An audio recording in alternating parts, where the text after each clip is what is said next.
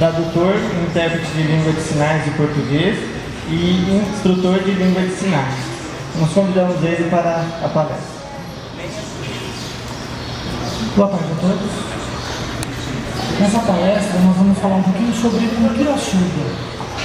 O que vem a ser cultura surda. E o objetivo é desmistificar algumas coisas, algumas ideias que a sociedade tem com relação ao surdo, ao sujeito surdo. Inicialmente, o controle aqui. O próximo slide é o seguinte: para a gente começar a nossa conversa aqui, vamos só começar acertando o seguinte: qual é o termo correto a ser utilizado ao se referir a uma pessoa surdo-mudo, surdo ou deficiente auditivo? O que vocês acham? Surdo, surdo-mudo, deficiente auditivo. Primeiro, então, vamos ver qual está totalmente errado, tá? Esse, eliminado. Surdo-mudo, não. Essa expressão não usa jamais. Por que não? Porque ele não é mudo. Ele tem a função aqui da voz totalmente perfeita, de um modo geral, né? Então, o que acontece? Ele não desenvolveu a fala, porque não foi treinado, ou porque, por conta da falha na audição, ele não desenvolveu a fala. Então, ele não é mudo.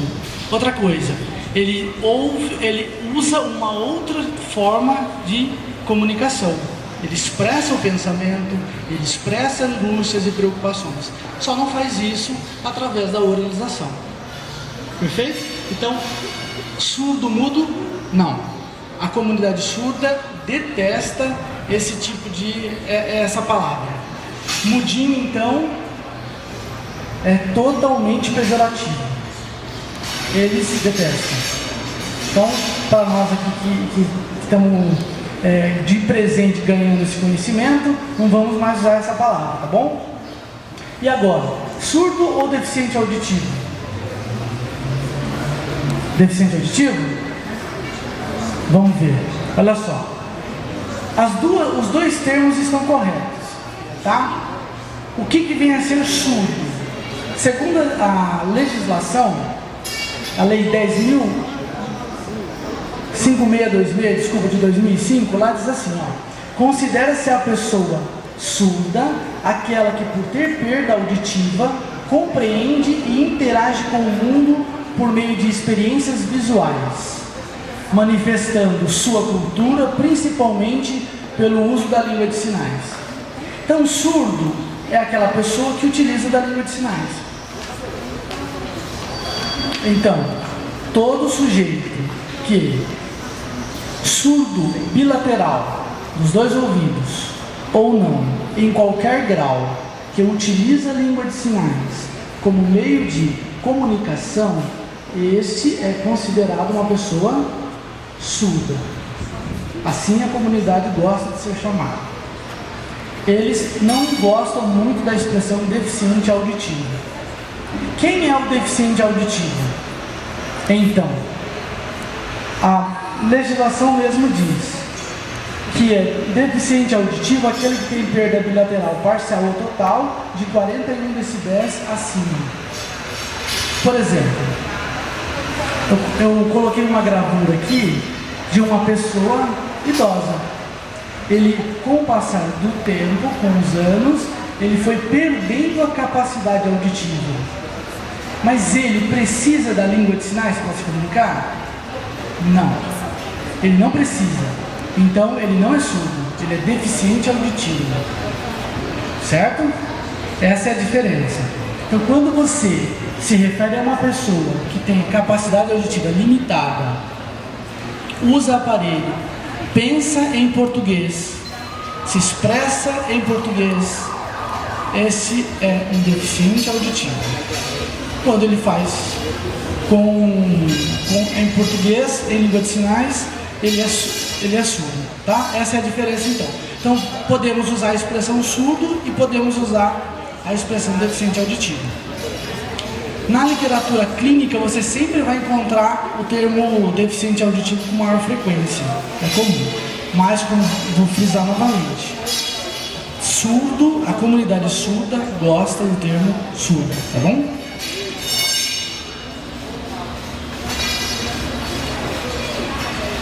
O que vem a ser cultura surda? Segundo Strobel, Karen Strobel, ela é uma surda.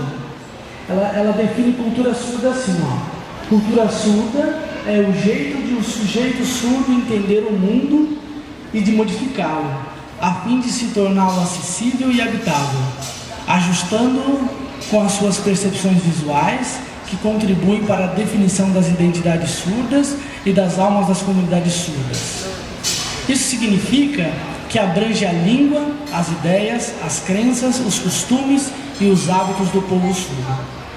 Então, o que vem a ser cultura surda? Inicialmente, é a língua. A língua, qual é? Língua de sinais. No Brasil, ela foi oficializada como um idioma a partir de 2002. É algo bem recente, historicamente falando, né? Mas foi a partir de 2002 que ela se tornou a segunda língua oficial do país. Aí ela diz aqui, essa autora, que também significa o jeito do surdo entender o mundo e de modificá-lo. Então, que coisas os surdos utilizam para tornar o mundo acessível para eles?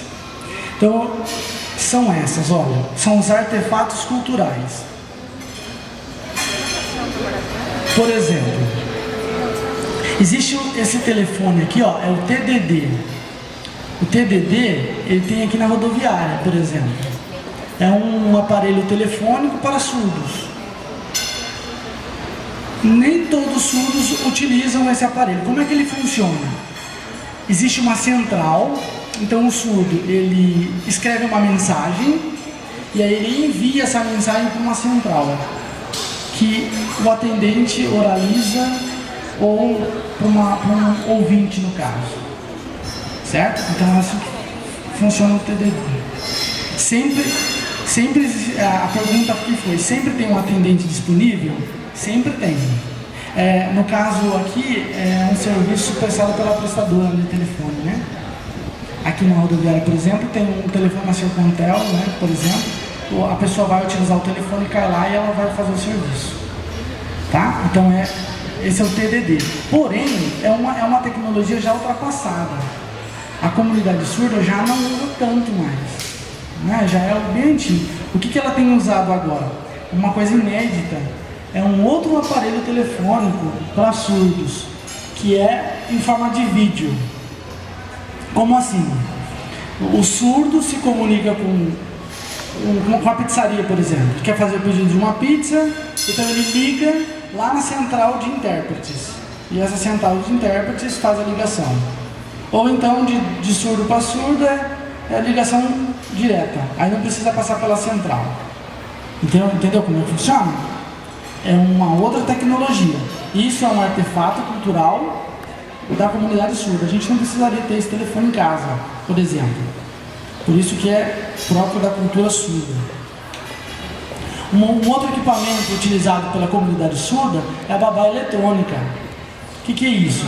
Fica uma câmera lá no berço da criança, filmando tudo que está acontecendo, todos os movimentos da criança. E o surdo, ele fica com aquele receptor, aquele sinal lá no cinto ou na bolsa, e assim que a criança começa a chorar, ele começa a tocar a luz, acender e apagar a luz, ou vibrar. Então o surdo sabe que a criança está chorando, está na hora de ir lá socorrer, ver o que está acontecendo. É uma outra tecnologia para atender a comunidade surda.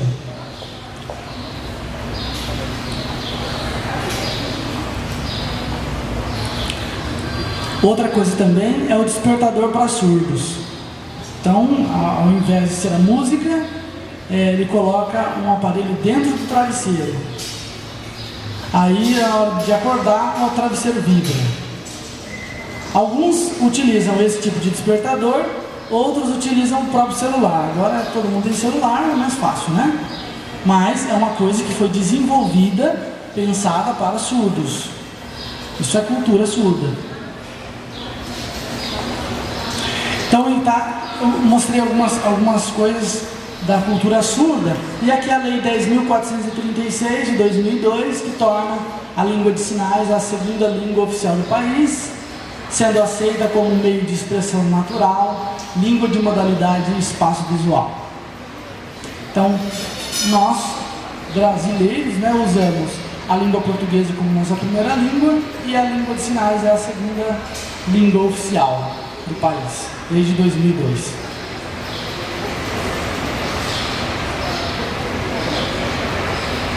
Apertei um botão rápido.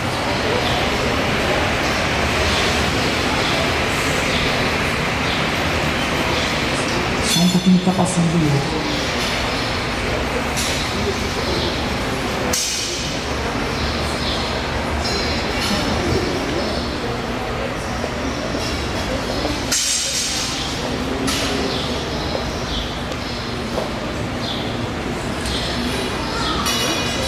Então, a língua de sinais é uma língua de modalidade espaço-visual. O que isso significa? Diferente da nossa língua portuguesa, que é uma língua escrita, oral ou escrita, então o que você quer expressar, você vai lá, você não precisa de uma imagem especificamente, certo? Já na língua de sinais, ela precisa de uma imagem. Então, nem tudo você precisa de achar alguma coisa equivalente, como qualquer outra língua. Certo? Até hoje nós falando em português, nós usamos shopping, porque em português nós não temos uma palavra que equivale a shopping em português. Então vamos ser shopping sempre. Não é? Então a mesma coisa acontece em língua de sinais. Então, por exemplo, um verbo em língua de sinais que não existe tradução. Andar. Andar é um sinal que não tem tradução. Você pensa em andar, é uma palavra escrita, tudo bem. Mas que sinal você vai falar para andar? Por quê? Aí eu coloquei aqui algumas gravuras assim, ó. Andar a cavalo, eu vou ter que representar um cavalo e uma pessoa em cima do cavalo. Aí eu estarei andando a cavalo. Então eu preciso de um verbo e de um auxiliar. Ou do sujeito, do objeto envolvido. Se for um pato que estiver andando, eu vou representar como um pato andando. Ou se for uma pessoa caminhando, aí sim eu vou fazer esse sinal de pessoa caminhando. Se for alguém andando de skate, ou se for alguém andando de bicicleta, entende? Então é uma palavra que não tem como dizer, olha, andar, o sinal é isso. Acabou. Não tem como. Ou, outro exemplo, comer. Qual é o sinal de comer? Comer não tem como também. Porque eu posso comer um pão, eu posso comer macarrão. Eu como um pão igual eu como macarrão? Não, eu como diferente. Se é uma língua visual, eu preciso de componentes. Não dá para fazer igual. Entendeu a diferença de uma língua? Outro sinal, cair. Como uma pessoa cai? Uma pessoa cai assim, né? Como, por exemplo, uma pessoa cai assim. Mas uma árvore cai assim? Não, uma árvore cai assim. Então também cair. E uma caneta, como que cai? Uma caneta cai assim. Entende? Olha a variação linguística. E é por isso, por essa diferença, que a comunidade surda tem como sua língua de direito utilizar a língua de sinais. O português é para eles a segunda língua. E ele não é escrito como o nosso português é escrito. Eles invertem a ordem dos verbos, porque a língua dele é espaço visual. Não é oral auditiva, como a nossa. Outra língua. Compreende? Alguma dúvida? Não? É isso então sobre a cultura surda. Muito obrigado pela atenção de vocês.